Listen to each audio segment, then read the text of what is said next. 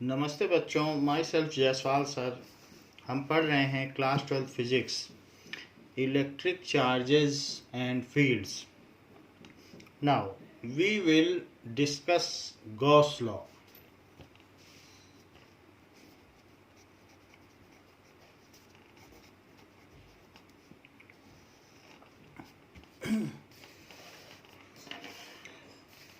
Gauss law deals with number of flux यानी number of field lines through a enclosed area.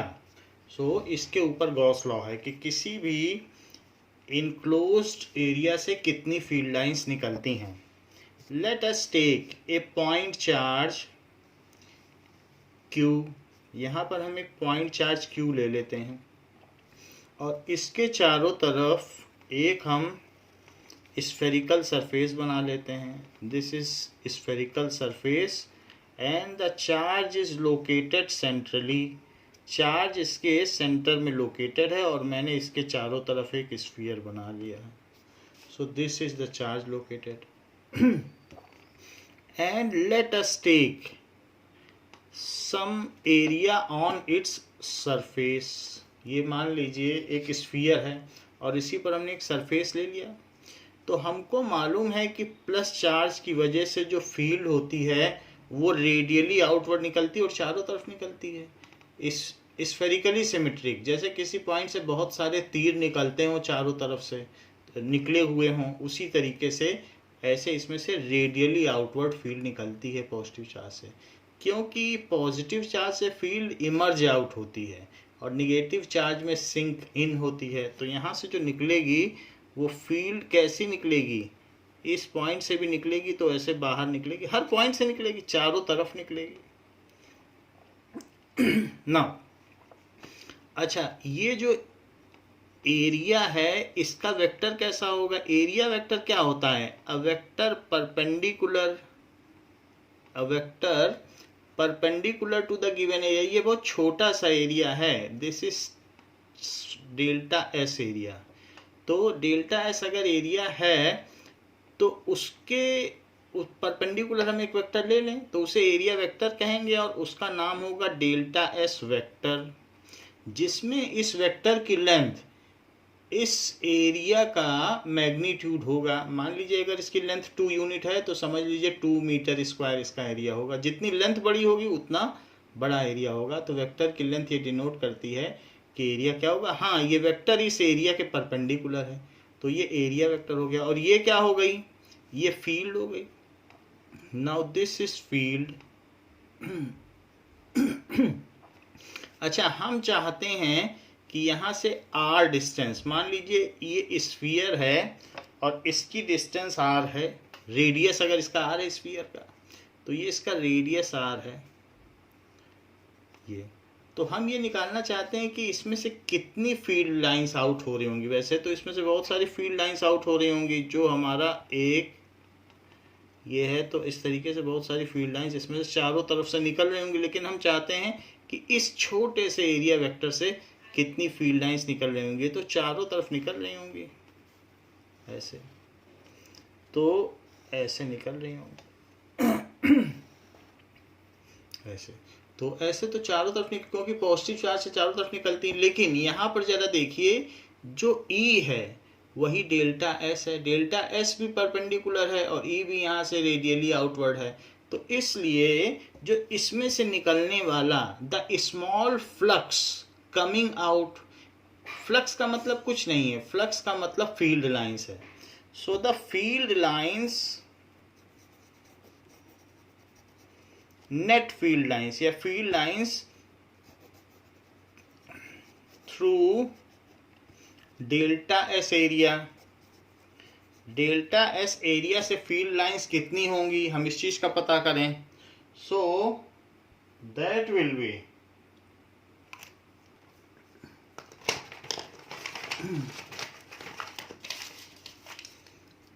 Delta phi, तो it will be delta phi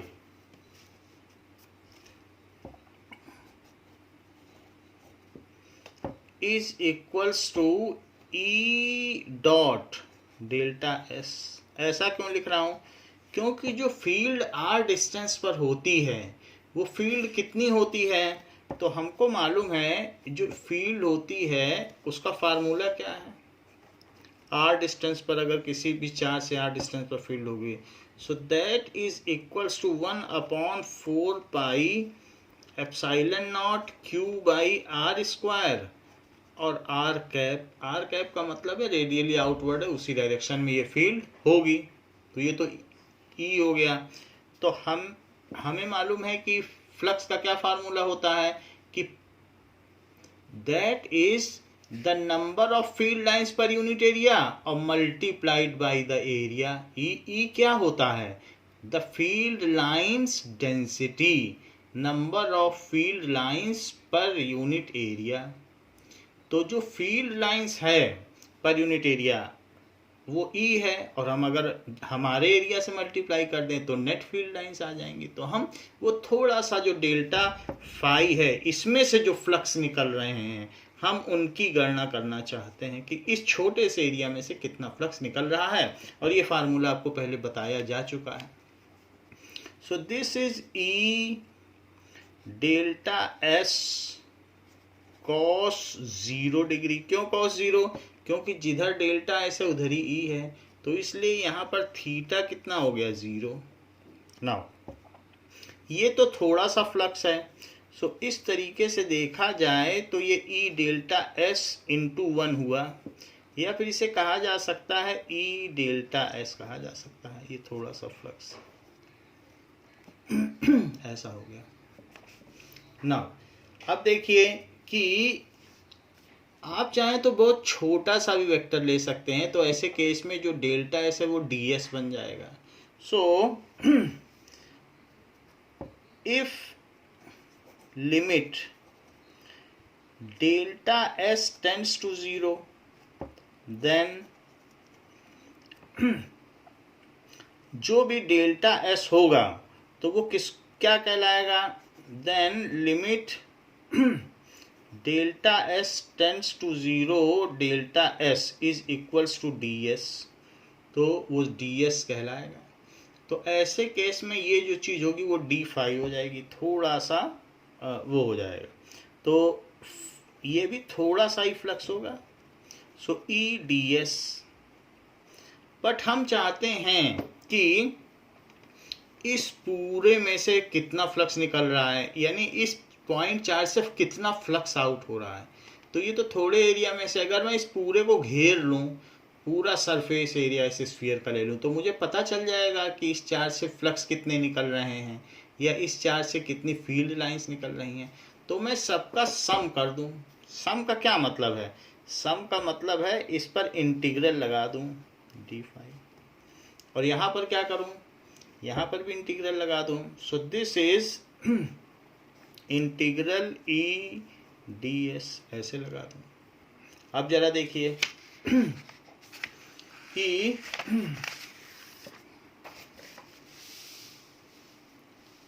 now so this is D phi is equals to E D S, ऐसा हो सकता है। Integrate कर दिया हमने, total flux निकालना चाहा तो हमने इस चीज़ को इंटीग्रेट कर दिया। ई की क्या वैल्यू है? आर डिस्टेंस पर कितनी फील्ड होती है? तो 1/4 पाई एप्सिलॉन नॉट, और सेंटर पर चार्ज कितना है? क्यू, और हम कितनी डिस्टेंस पर फील्ड निकालना चाहते हैं? आर डिस्टेंस पर, एंड डी एस। इसमें न क्यू बदल रहा है न आर बदल रहा है, क्योंकि हम एक आर डिस्टेंस पर यानी स्फीयर के सरफेस पर निकालना चाहते हैं, तो वो तो रेडियस की डिस्टेंस पर ही होगा। तो ये सारा कांस्टेंट बाहर आ जाएगा और अंदर बचेगा ds। तो अगर छोटे छोटे ds को जोड़ दिया जाए, यहाँ पर d फाई है, तो जरा हम देखें कि मान लीजिए हम ये बात जानते हैं कि x to the power n dx is equals to x to the power n+1 upon n+1, और अगर x to the power 0 dx हुआ तो x to the power 0 + 1 upon 0 + 1। तो ये x to the power 0 dx कुछ और नहीं है, ये dx ही है और इसकी वैल्यू आ जाएगी x। तो कभी भी dx का इंटीग्रल करेंगे तो ये x होगा, तो वैसे ही डी फाई का इंटीग्रल करेंगे तो फाई होगा और 1/4 pi epsilon naught Q by R square और ds का इसी तरीके से कर दो तो s होगा। तो कितना सरफेस एरिया है पूरे स्फीयर का? तो 1/4 pi epsilon naught Q by R square और स्फीयर का सरफेस एरिया होता है 4 पाई आर स्क्वायर। तो 4 पाई से 4 पाई कट गया, आर स्क्वायर से आर स्क्वायर कट गया, तो फाई की क्या वैल्यू हो गई? क्यू बाई एप्साइलन नॉट ये हो गई। So flux associated with a charge, जितना फ्लक्स उस चार्ज से क्यू चार्ज से बाहर आ रहा था वो कितना फ्लक्स है? It is one by epsilon not times of the charge enclosed in that area. यानी किसी भी अगर हमने क्लोज्ड एक इंटीग्रेटेड एरिया ले लिया और उसके अंदर कोई चार्ज ट्रैप्ड है तो उसमें से जो फ्लक्स आ रहा है वो कितना फ्लक्स आ रहा है? It is one by epsilon not times the charge enclosed in that area. तो ये गॉस लॉ है, इस गॉस लॉ। जरा हम इसका स्टेटमेंट लिखें और फिर से इसे समझें। इन्होंने कहा कि the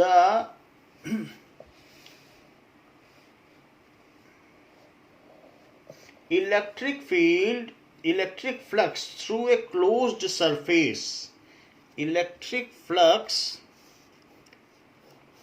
through a closed surface, electric flux through a closed surface is 1/epsilon naught times 1/epsilon naught times the charge enclosed in that surface।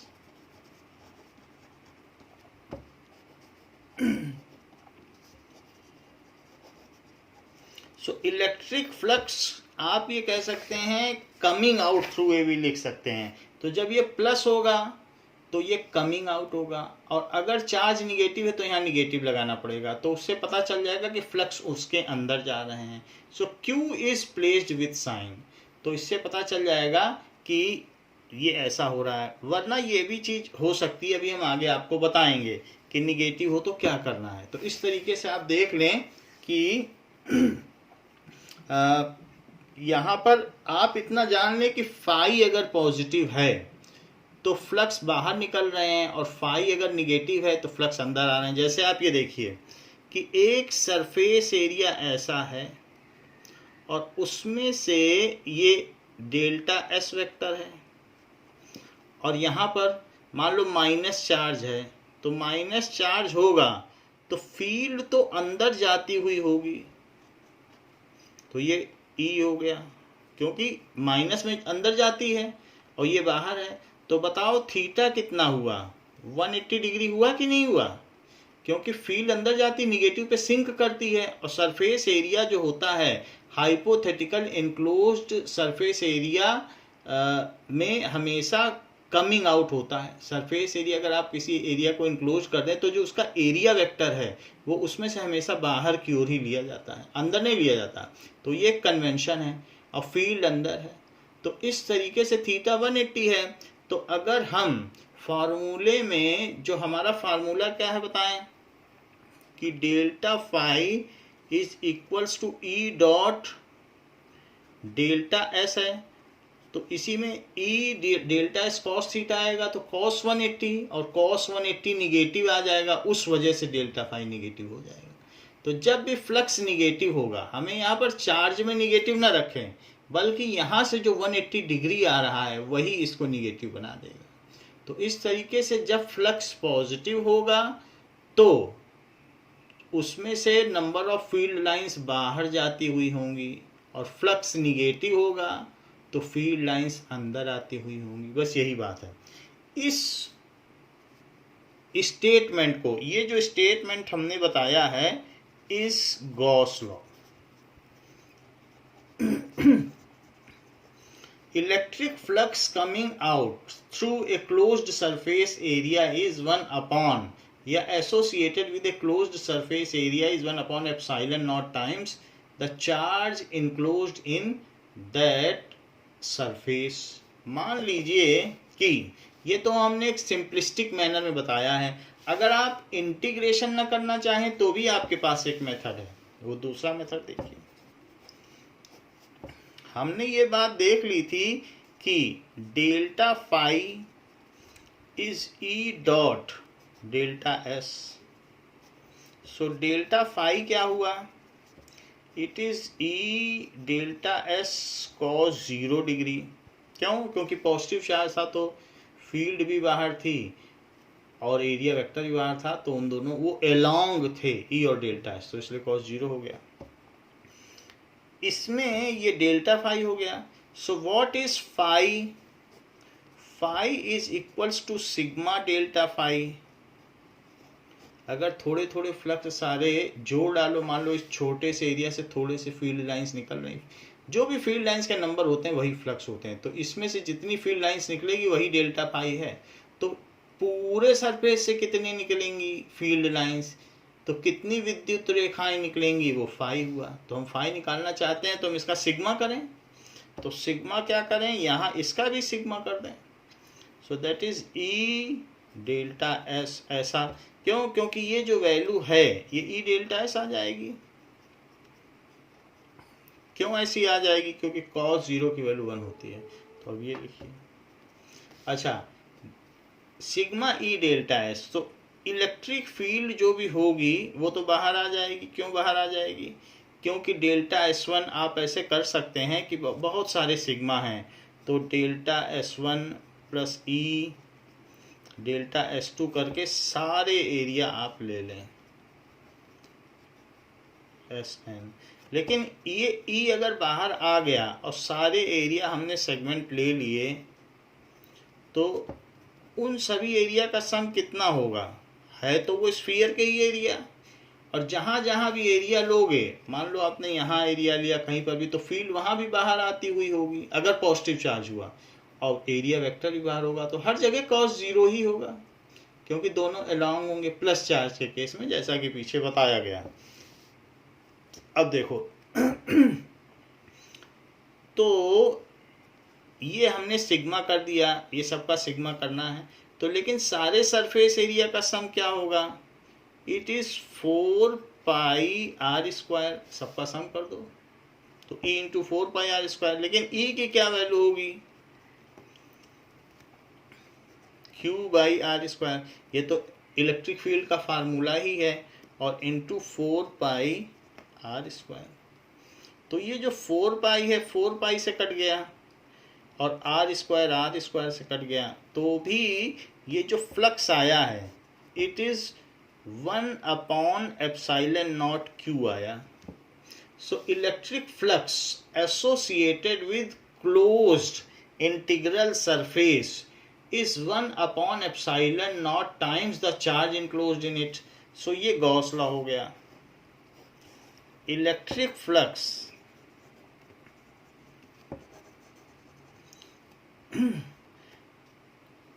जो भी है कि उसमें कितना इलेक्ट्रिक फ्लक्स है थ्रू ए क्लोज्ड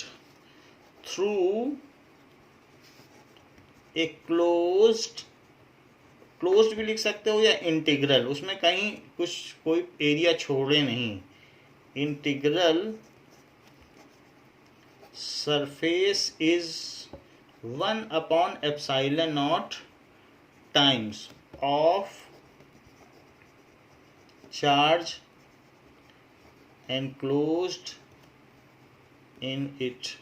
ये हो गया। सो ये इलेक्ट्रिक फ्लक्स हो गया कि उसमें से कितना फ्लक्स बाहर आ रहा है। अब जरा देखें वैसे तो जो फ्लक्स है, तो फ्लक्स की यूनिट तो आपको यहीं से पता चल जाएगी, हमने पहले भी बताई थी। सो फ्लक्स की यूनिट एक बार और बता दें।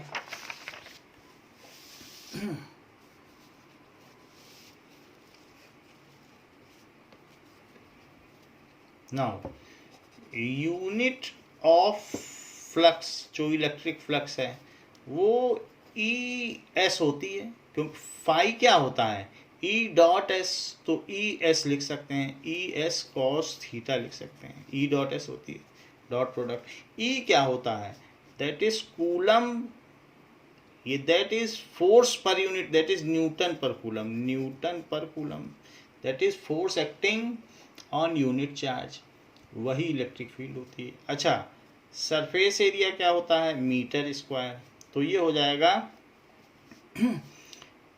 न्यूटन मीटर स्क्वायर पर कूलम, तो ये तो यूनिट ऑफ फ्लक्स हो गई। आप चाहें तो ये जो गॉस लॉ है उसको दूसरी तरीके से भी कर सकते हैं। मान लीजिए कि कहीं पर यहाँ प्लस क्यू चार्ज एसोसी रखा हुआ है, और इसमें ये एक आपने कोई छोटा सा एरिया सेगमेंट ले लिया, तो यहाँ से जो फील्ड लाइन है वो बाहर निकल रही होगी, ये ई वेक्टर होगा, और इसका एरिया वेक्टर भी बाहर होगा, वो डेल्टा एस है। क्यों बाहर होगा, क्योंकि वो इसके परपेंडिकुलर होगा, तो ये परपेंडिकुलर लिया है, तो यहाँ थीटा कितना हो जाएगा, 0, क्योंकि दोनों वेक्टर अलोंग है, थीटा 0 हो गया।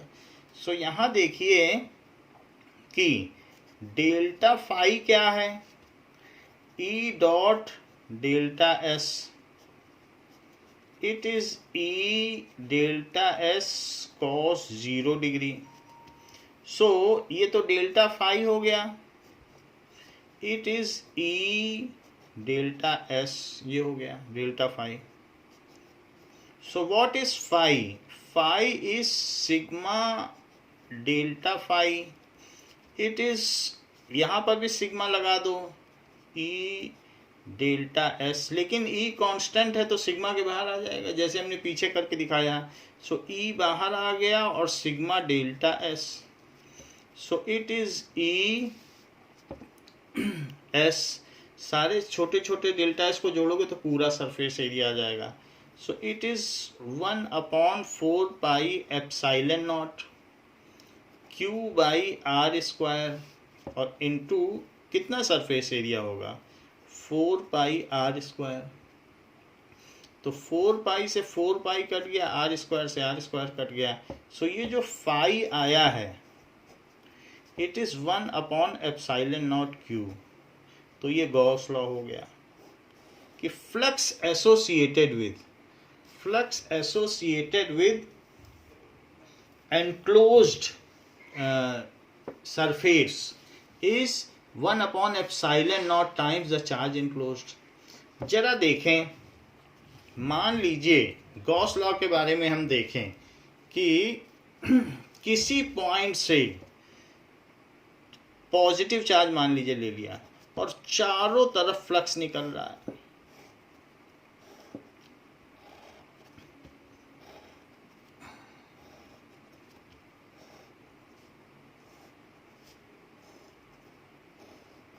क्योंकि आप यहाँ पूछेंगे कि अगर आर बढ़ेगा, आर तो कहीं आ ही नहीं रहा है, तो ज़्यादा दूर जाएंगे तो क्या फ्लक्स बढ़ेंगे या घटेंगे, आपके मन में बहुत सारी बातें हो सकती हैं कि डिस्टेंस के बढ़ने पर डिस्टेंस पे इसकी क्या डिपेंडेंस है। मान लीजिए अगर मैं यहाँ इतना छोटा एरिया लूँ, ये चारों तरफ से बंद है, स्फीयर बना लिया छोटी सी बॉल, तो क्या इसमें उतनी ही फील्ड लाइंस निकल रही हैं, और अगर बड़ा एरिया ले लूँ तो क्या तब भी उसमें उतनी ही फील्ड लाइंस निकल रही हैं।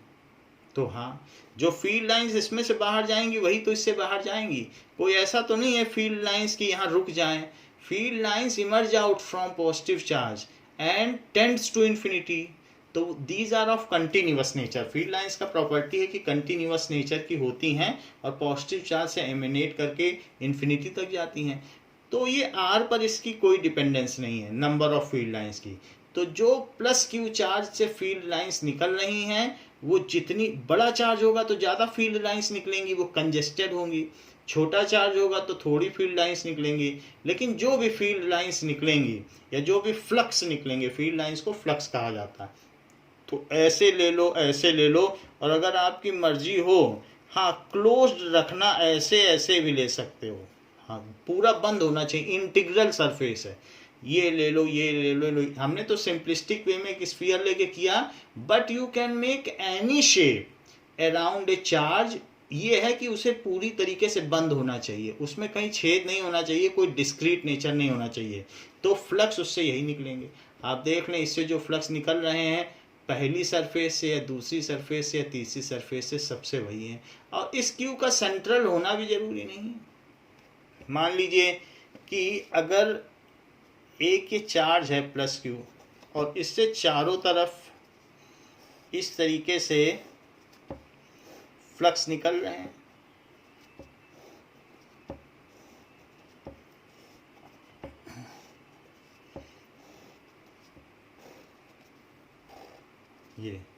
ये जो फ्लक्स निकल रहे हैं, तो इससे निकलने वाले फ्लक्स अगर आप देखें तो एक इसमें ऐसा भी कर सकते हैं,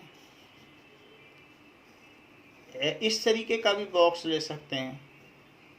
तो आप चाहे जो कर लें, तो इस तरीके से भी लेंगे तो भी सब फ्लक्स इसी से निकल जाएंगे। और मर्जी हो तो एक यहाँ पर ऐसा स्फीयर ले लो, वो उसमें भी ज़रूरी नहीं कि सेंटर पर हो, क्यों कुछ भी ले लो, लेकिन जो फ्लक्स निकल रहे हैं वो इस रीजन से भी, इस 3 डायमेंशनल सरफेस से भी बाहर निकलेंगे, इससे भी। तो it is independent of the envelope of the region. इसको एनवेलप ही तो कहेंगे कि जिस रीजन से निकल रहे हैं। However it should be integral, ये पूरी तरीके से क्लोज होना चाहिए। इसलिए गॉस लॉ कहता है कि फ्लक्स कमिंग आउट या flux associated through a closed envelope या closed surface area. Closed word बहुत इंपॉर्टेंट है, नहीं तो कहीं हम छोड़ देंगे तो वहां से कोई फ्लक्स निकल जाएगा और हम उस एरिया को कैलकुलेट नहीं करेंगे। तो क्लोज्ड सरफेस कुछ भी हो सकती है, ये हो, ये कई तरीके के बनाए, तो निकलेगा उतनी ही फील्ड लाइंस, हम चाहे कैसा एनवेलप बना लें। तो जैसे सूर्य के प्रकाश को आप कैसे भी चारों तरफ से ढकोगे, जितनी उसमें से किरणें निकल रही हैं उतनी ही किरणें निकलेंगी, चाहे पास चले जाओ, दूर चले जाओ, या बड़ा एनवेलप बना लो, छोटा। उसी तरीके से इसमें से जितने भी फ्लक्स लाइंस निकल रही हैं वो उतनी ही निकलेंगी। तो ये बात हमने देख लिया कि जो भी ये गॉस लॉ हमने बना दिया, तो ये गॉस लॉ किसकी मदद से किया गया है? वास्तव में देखा गया तो ये ई पर जो फार्मूला लगाया गया, ये कूलम्ब्स लॉ ही तो है। क्यों? क्योंकि Q इंटू 1 दूसरा यूनिट चार्ज होता है ना, तो Q1 Q2 होता है। तो इलेक्ट्रिक फील्ड क्या होती है? यूनिट चार्ज पर लगने वाला फोर्स। तो ये चार्ज Q है और दूसरा चार्ज 1 है, तो Q1 Q2 है। तो ये हमने जो गॉस लॉ प्रूव किया है, तो उसमें आपसे पूछा जाएगा prove Gauss law with help of Coulomb's law, तब ऐसे प्रूव करना, ऐसे पूछा जाता है। तो क्या पूछा जाएगा? Prove Gauss law with help of Coulomb's law. तो दैट इज, ये हमने प्रूव कर दिया। कूलम्ब्स लॉ यही है, इसका यूज करते हुए हमने प्रूव कर दिया। अच्छा, ये भी पूछा जाएगा कि prove Coulomb's law with help of Gauss law, तो वो भी मैं आपको बताऊंगा नाउ। तो ये तो बात हो गई कि फाई इतना होगा। If phi is positive then there is a net flux coming out through that surface. If phi is positive, then there is net flux coming out through that surface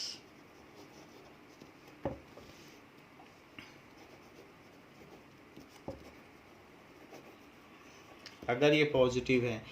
if phi is negative then the net flux are sinking in that surface. If phi is negative, then net flux is sinking in.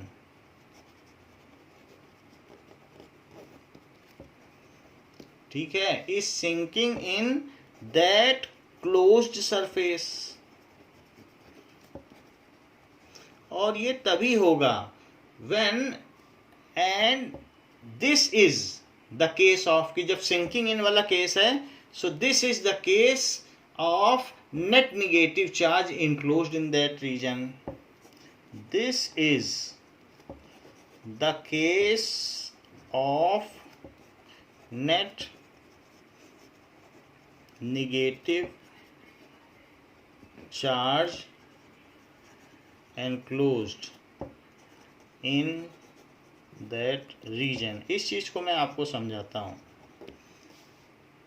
Net negative charge enclose, अगर sinking इन हो रही तो उसके अंदर negative charge मान लीजिए. जैसे देखें कि मान लीजिए कि आपके पास एक ऐसा रीजन है और उसमें +2 कूलम चार्ज है, -1 कूलम चार्ज है और +3 कूलम चार्ज है. तो इस पे नेट चार्ज क्या है? सो Q नेट कितना है? It is +2 +3 -1, so it is 4 coulomb plus में. तो जब चार्ज नेट चार्ज पॉजिटिव होगा, so net flux will come out from this region. तो इसमें से फ्लक्स बाहर निकलेंगे. दिस इम्प्लाइज, क्यों ऐसा मैं कह रहा हूं?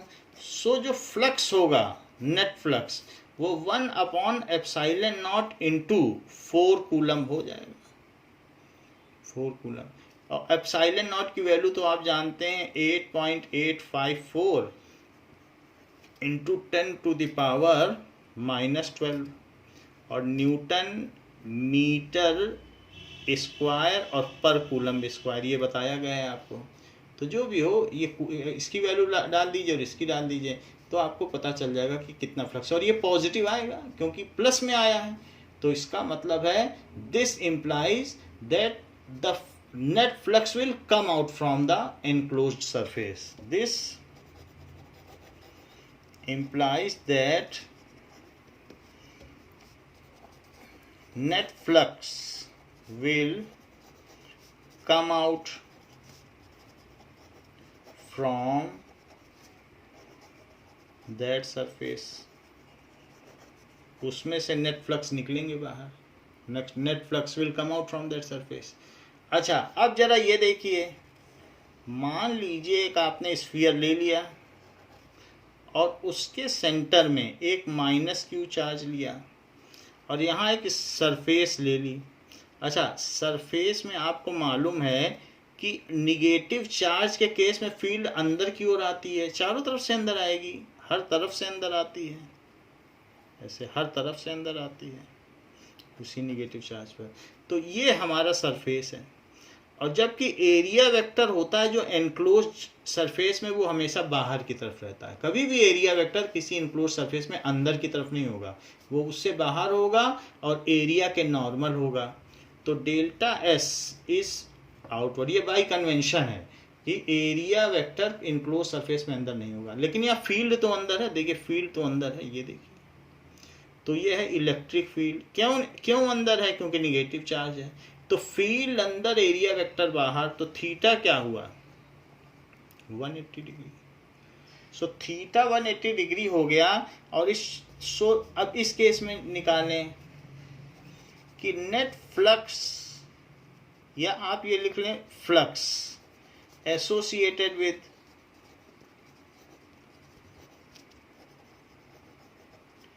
डेल्टा एस सरफेस, तो वो थोड़ा सा फ्लक्स होगा डेल्टा फाई. अच्छा, उसका फार्मूला क्या है? E dot delta S, electric field into area vector, that is E delta S cos theta. तो थीटा कितना है? 180 डिग्री.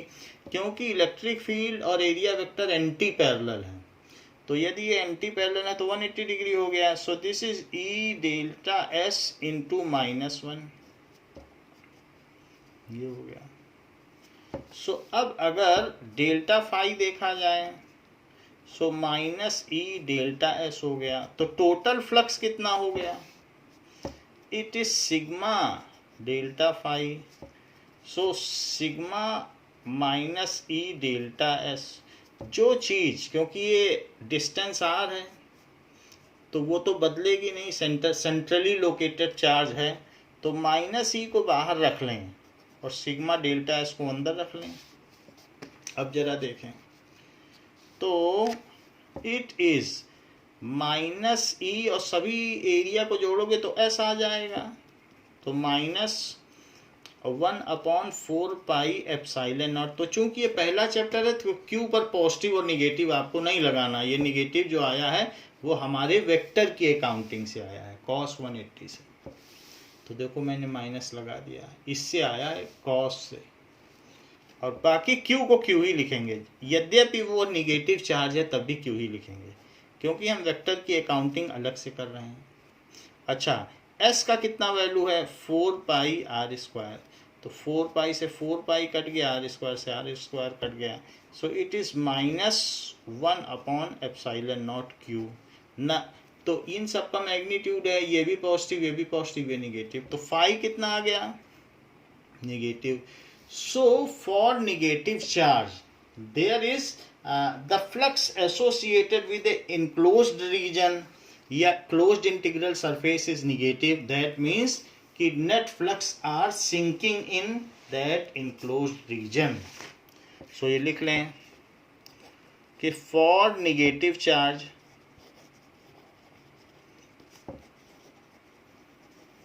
लिया था, so phi is negative, so net flux are, जो भी नेट फ्लक्स है थ्रू क्लोज्ड इंटीग्रल सरफेस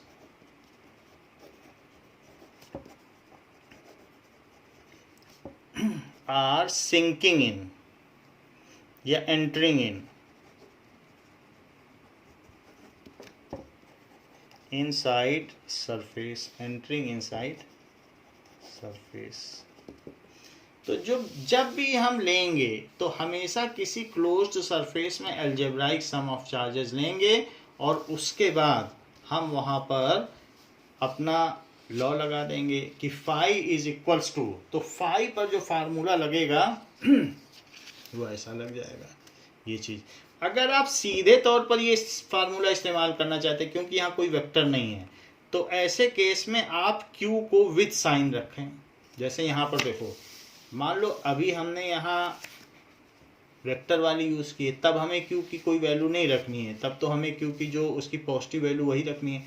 लेकिन मैं आपको सजेस्ट करूँगा, जैसे आप सीधा फार्मूला यूज़ कर रहे हो कि 1/ε0q, तो ये तो पूरा स्केलर फार्मूला है।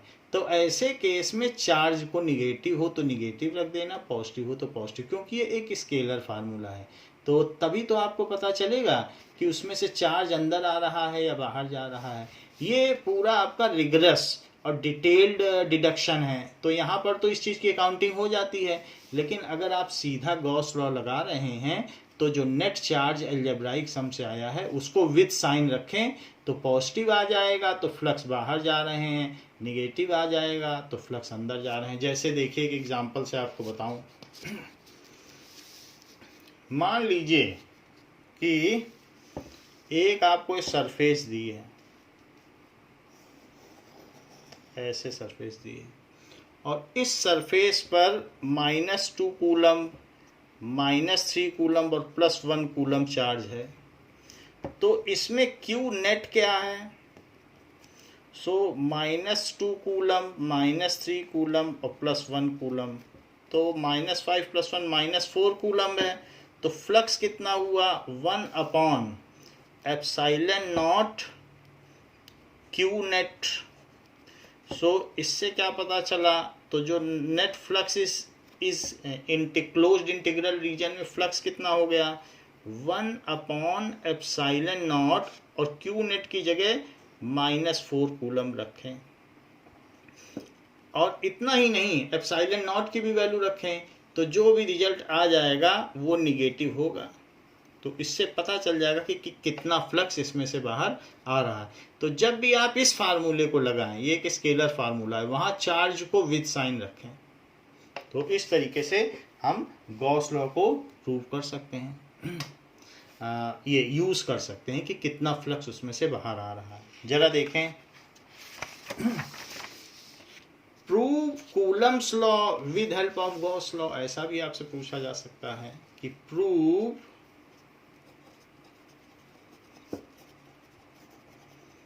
कूलम्स लॉ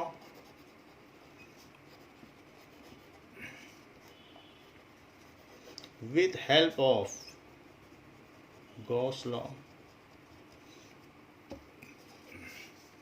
मान लीजिए एक स्फीयर है और इसके सेंटर पर प्लस क्यू चार्ज है, और यहाँ पर ये तो प्लस क्यू चार्ज हो गया। तो हमको मालूम है, हम चाहते हैं कि यहाँ पर फील्ड निकालना, इस पॉइंट पर हम चाहते हैं फील्ड तो बाहर जाती है, तो हम आर डिस्टेंस पर फील्ड निकालना चाहते हैं कि फील्ड होगी क्या, कितनी फील्ड होगी। हमें मालूम नहीं है कितनी फील्ड होगी, हमें सिर्फ गॉस लॉ मालूम है और हम फील्ड निकालना चाहते हैं। अच्छा, तो अब जरा देखिए कि यहाँ पर we know that net flux क्या होता है। नेट फ्लक्स इज 1/ε0 क्यू, और फ्लक्स का फार्मूला क्या है, दैट इज E.S, जो कि फैराडे ने दिया था। ये तो गॉस लॉ हमने लगा दिया, ये तो गॉस लॉ है, गॉस लॉ, और ये चीज हो गई। तो 1/ε0 क्यू। अच्छा, इस पॉइंट पर हम फील्ड निकालना चाहते हैं, सो E.S है, तो एरिया वेक्टर अगर हम लेंगे तो एरिया वेक्टर भी बाहर की तरफ होगा और E भी बाहर की तरफ है। सो it is E.S cos 0 degree, क्योंकि एरिया वेक्टर भी बाहर और ये भी बाहर, 1/ε0 क्यू। अच्छा, S की क्या वैल्यू है, क्योंकि cos 0 तो 1 हो गया, 1/ε0 क्यू, तो E into 4πr² is 1/ε0 Q, ये लिख दिया। तो इलेक्ट्रिक फील्ड कितनी हो गई, इलेक्ट्रिक फील्ड हो गई, इसको नीचे ले जाओ और r² भी नीचे ले जाओ और ये Q, तो ये E आ गया।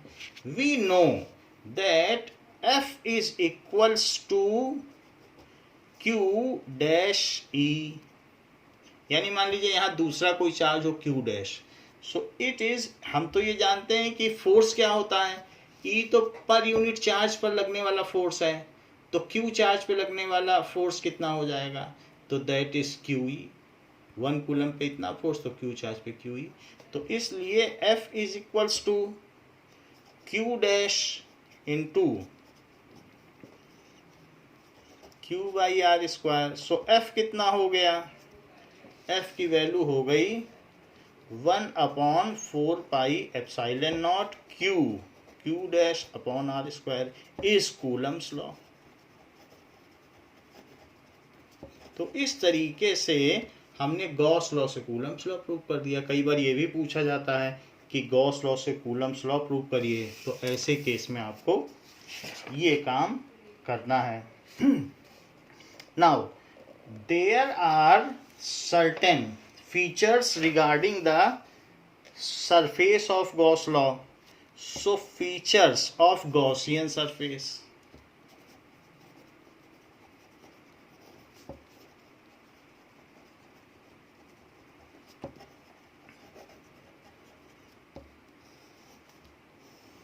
जो गॉसियन सरफेस है, गॉसियन सरफेस वो होती है जो चार्ज के चारों तरफ ऐसे बनाई जाए, तो ये गॉसियन सरफेस है। ये 3D सरफेस होती है, चार्ज को पूरी तरीके से कैद कर ले। तो गॉसियन सरफेस कैसी होती है, so the Gauss law is true for any closed surface. Gauss law is true for any closed surface, any closed surface, no matter what is the shape and size, उसका आकार प्रकार क्या है उस पर ये निर्भर नहीं करती। बस उसको उसे घेर लेना चाहिए, जो चार्ज है उसको घेर ले और कहीं से टूटी हुई ना हो, यही इसकी सफिशिएंट और नेसेसरी कंडीशन है। नाउ द टर्म Q, जैसे हमने फीचर्स ऑफ गॉसियन सरफेस किया तो हमारा यहाँ पर फाई क्या है, 1/ε0 Q। So the term Q on right hand side, ये जो भी चीज़ें मैं लिख रहा हूँ ये बिल्कुल आपकी बुक की वही लिखी हुई चीज़ें, मैं अपने मन से कुछ नहीं लिख रहा हूँ, सब बुक में लिखा है। The term Q on right hand side of Gauss law, on right hand side of Gauss law includes only the charges enclosed in surface, जो भी enclosed in integral surface, integral का मतलब पूरी तरीके से बंद, इंटीग्रल कहा जाता है, इंटीग्रल सरफेस। तो ये जो Q है वो यहाँ पर जो चार्ज है उसको इंक्लूड कर रहा है, इसके अंदर कुछ भी रख लो वो सबको इंक्लूड करेगा। बहुत सारे अगर चार्ज लोगे Q1 Q2 उन सबको वो इंक्लूड कर देगा और सबका सम करके यहाँ लिख लेना। ये जो यहाँ ये Q है वो गॉसियन सरफेस पर रखे हुए किसी भी चार्ज को इंक्लूड नहीं करता और ना ही ये बाहर के किसी चार्ज को इंक्लूड करता है, ना Q4 को करेगा ना ये Q5 को, क्योंकि यहाँ से कुछ बाहर भी फील्ड लाइंस जाएंगी कुछ अंदर भी, तो सरफेस पर के किसी भी चार्ज के लिए ये लॉ लागू नहीं है, क्योंकि उससे फील्ड लाइंस कितनी किधर जाएंगी वो डिफाइन ही नहीं कर पाओगे। So it does not include, it does not include charges on Gaussian surface or out of the envelope, charges on Gaussian surface or out of closed surface या Gaussian surface, उन सब के लिए डिफाइन नहीं है, क्योंकि वहाँ से आपके कुछ फील्ड लाइंस बाहर जाएंगी कुछ इधर आएंगी, तो आप कैसे पता लगाओगे, तो इन सब के लिए सिर्फ पता लगा सकते हो। तो ये गॉस लॉ है कि इसमें इस पर सिर्फ अंदर अंदर वाले ही लेने हैं और सरफेस पर नहीं लेने हैं, ठीक है। तीसरी चीज, Gauss law is used to find electric field at any distance from a group of charges, किसी भी तरह। देखो अभी हमने यहाँ पे इलेक्ट्रिक फील्ड निकाली और कितनी आसानी से निकल गई इलेक्ट्रिक फील्ड, गॉस लॉ लगाते ही, गॉस लॉ लगाया था कि नहीं, और फील्ड निकल गई। सो गॉस लॉ इज यूज्ड, तो यही इसका महत्व है। सुपरपोजिशन प्रिंसिपल को हम छोड़ के हम इसी से अब निकालेंगे। तो Gauss law is used, Gauss law is used to find out electric field at any distance from any configuration of charge, charge चाहे लीनियर हो, सरफेस हो, वॉल्यूमेट्रिक हो, उन सब के लिए भी गॉस लॉ कमाल का है और ये बहुत अच्छी तरीके से प्रिंसिपल ऑफ सुपरपोजिशन को रिप्लेस करता है, कूलम्स लॉ को रिप्लेस कर देगा, और बहुत ऐसी चीज़ें जिनके लिए ऐसा लगता है कि इलेक्ट्रिक फील्ड हम नहीं निकाल पाएंगे, उनके लिए भी बड़ी आसानी से गॉस लॉ इलेक्ट्रिक फील्ड निकाल देता है. So for at any distance from any configuration of charges, from any, चाहे चार्ज का कोई आकार प्रकार क्यों ना हो, एनी कन्फिग्रेशन ऑफ चार्जेस. तो इस तरीके से हमने देख लिया कि वो किसी के लिए भी कर सकता है. Next is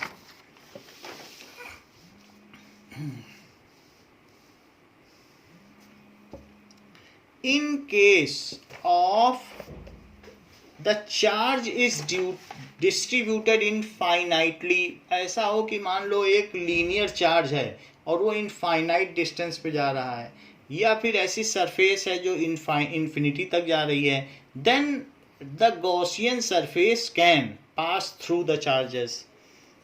in case of charges are distributed, charges are distributed uniformly through any infinitely extending wire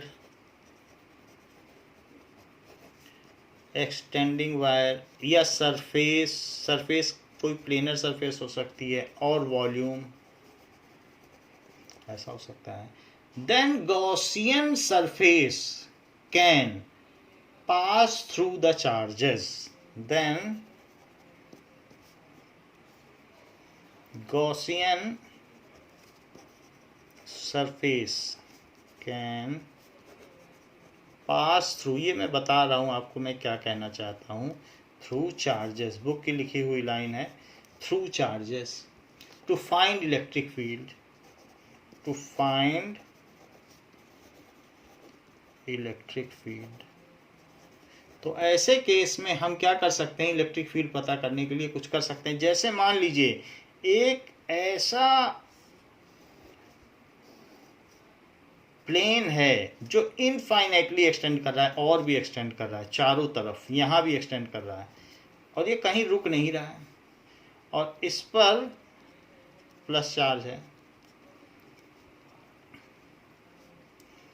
तो आप इसके थ्रू एक गॉसियन सरफेस ड्रॉ कर सकते हो दोनों तरफ ऐसे, और इधर से भी वो गॉसियन सरफेस आएगी, बिल्कुल क्लोज्ड गॉसियन सरफेस.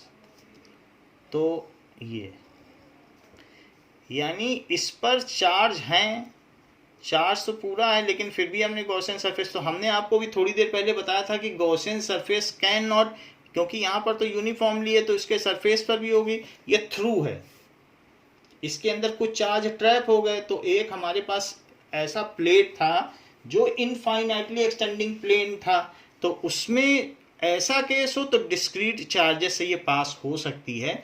इसके केस, क्योंकि ऐसे केस में ये छोटा सा प्लेन नहीं है, तो इसके डिडक्शंस हम आपको बता देंगे कि आगे कैसे होगा और किस तरीके से किसी भी पॉइंट पर हम फील्ड निकाल सकते हैं.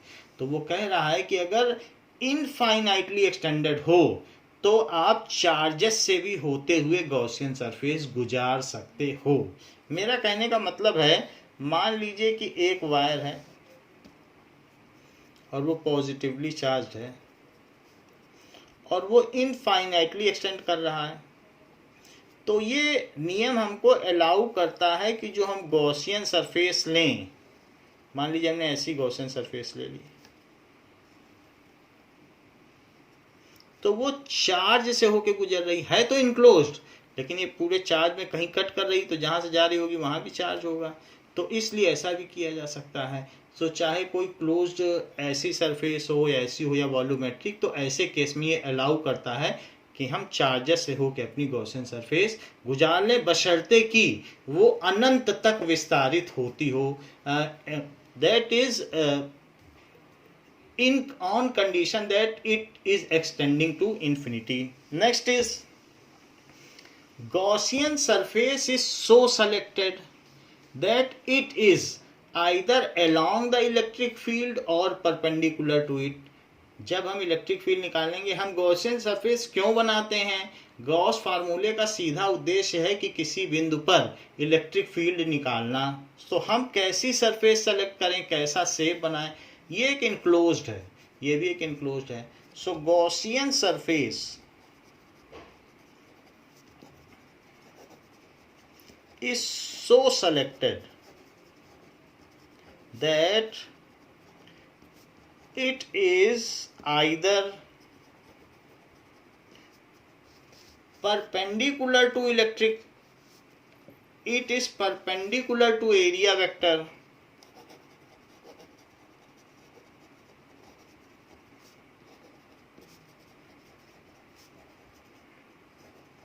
or along area vector।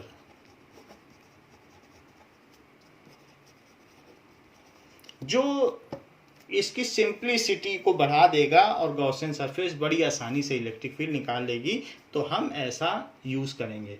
ये जो भी चीज़ हमने बताई है या ये बताई है, अभी जब हम आगे के सवाल करेंगे तो आपको बड़ी आसानी से ये चीज़ पता चल जाएगी कि हम ऐसा क्यों कह रहे हैं। तो वो आगे के कॉन्टेक्स्ट में ये बात कही गई है। अभी जब आगे के डिटेक्शन करेंगे, फील्ड निकालेंगे इनफाइनाइटली प्लेट के लिए या इनफाइनाइटली लीनियर चार्ज के लिए, तो वहाँ ये दोनों बिंदु काम आएंगे हम। तो वहाँ पर प्रीवियस रेफरेंस के साथ हम इन चीज़ों को आपको फिर से बता देंगे। तो ये बात हमने आपको गॉसियन सरफेस के बारे में बताई। तो बच्चों, आज की क्लास के लिए